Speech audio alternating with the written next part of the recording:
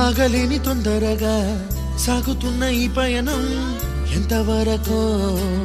రేపు వైపు ముందడుగా లేనిపోని దుందుడుగా రేగుతున్న ఈ వేగం ఎందుకొరకో